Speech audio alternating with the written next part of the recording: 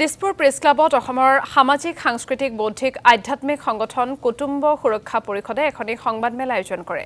অসমৰ বিশেষকৈ চৰাইদেউ শিৱসাগৰ আৰু যোৰহাট জিলাত ভয়ানক বিভীষিকাৰ সৃষ্টি কৰা আকস্মিক বানৰ তাণ্ডৱ আৰু ভৱিষ্যতে এনে ভয়ানক পৰিস্থিতিৰ পৰা কিদৰে হাত সাৰিব পাৰি সেই বিষয়ত আলোকপাত কৰে সভাপতি সত্যৰঞ্জন বৰাই।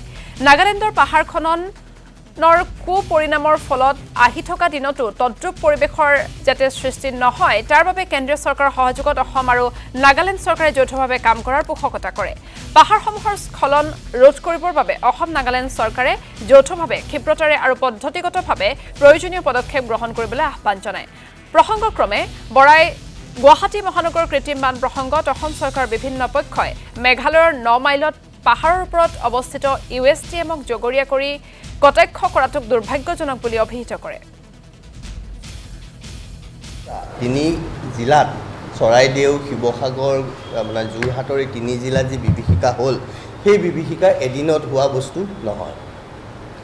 এদিনত যিহেতু হোৱা নাই গতিকে ইয়াৰ কাৰণ তাৰমানে আমি ক'ৰবাত নহয় ক'ৰবাত আহি থকা দিনত যাতে পুনৰ এনেকুৱা বিভীষিকা নহয় তাৰ কাৰণে আমি এতিয়াৰ পৰাই প্ৰস্তুত হ'ব লাগিব। আমাৰ কি ভুল হ'ল সেই ভুলবিলাক কিন্তু আমি এতিয়া শুদ্ধ কৰাৰ বিশ্লেষণ কৰাৰ প্ৰয়োজন কিন্তু আমাৰ আছে। প্ৰথম কথা আমি গোটেই সমস্যাটো বহুতে কৈছে নাগালেণ্ডৰ পাহাৰ খননৰ পৰা আহিলে। গতিকে নাগালেণ্ডৰ পাহাৰ খননৰ গোটেই প্ৰক্ৰিয়াটোৰ লগত যদি অসমৰ সম্পৰ্ক আছে, এতিয়া যোৱাকালি আমি দেখা পালোঁ যে মেঘালয়ৰ দ্য শ্বিলং টাইমছৰ সম্পাদকগৰাকীয়েও কৈছে পদ্মশ্ৰী পিতৃশ্ৰীয়া মুকিমে যে যোৰাবাট আৰু পিলিংকাটাত যি ধৰণে ভয়ানকভাৱে পাহাৰ খনন হৈছে তাৰ কাৰণে খানাপাৰা এই ধৰণে আমাৰ গুৱাহাটীত আৰ্টিফিচিয়েল ফ্লাড হোৱা ব্যৱস্থাটো তেওঁ হৈছে বুলি তেওঁ ক'ব খোজে।